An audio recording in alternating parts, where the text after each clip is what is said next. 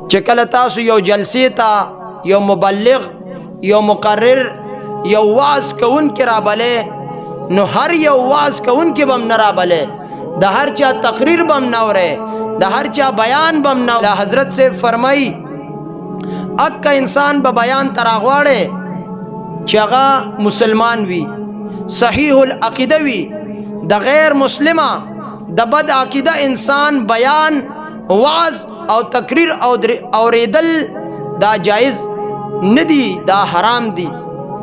بیا مبارک فرمائی خاص کر پدی ورځو کې کم انسان چې حسام الحرمین فتوی ته د غلط نسبت کوي، د اکا انسان بیان اوریدل دا جائز ندی، دا حرام دی.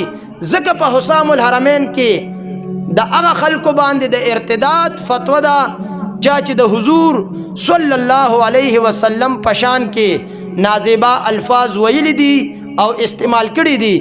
دک مبلغ او دک مقرر په سټیجونو باندې کېنول، پاغي باندې بیانات کول چې دغه ګستاخو سره حمایت کوي، دغه ګستاخو سره رحمت الله علیه وي، دغه ګستاخو د عباراتو دفاع کوي او تعویلات پکې کوي، د دک انسان بیان اوریدل دا جائز ندی.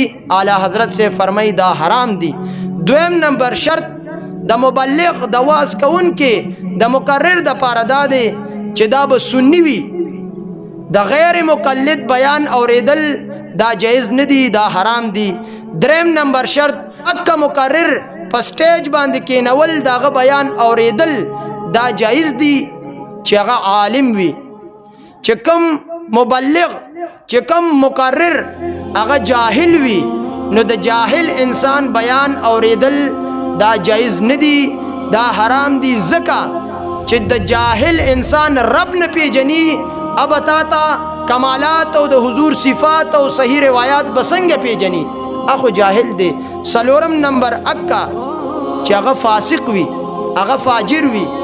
ځکه د فاسق او د فاجر انسان اهانت واجب دی، او د مبلغ او د عالم او د مقرر او د واعظ داغه خو تعظیم واجب دی.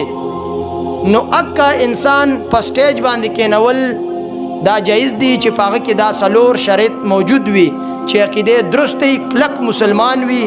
دویم نمبر شرط چې سنی وي، د غیر سنی بیان اوریدل دا حرام دی. دریم نمبر چې عالم وي، د جاهل بیان اوریدل حرام دی. سلورم نمبر شرط دا دی چې دا به فاسق نه وي.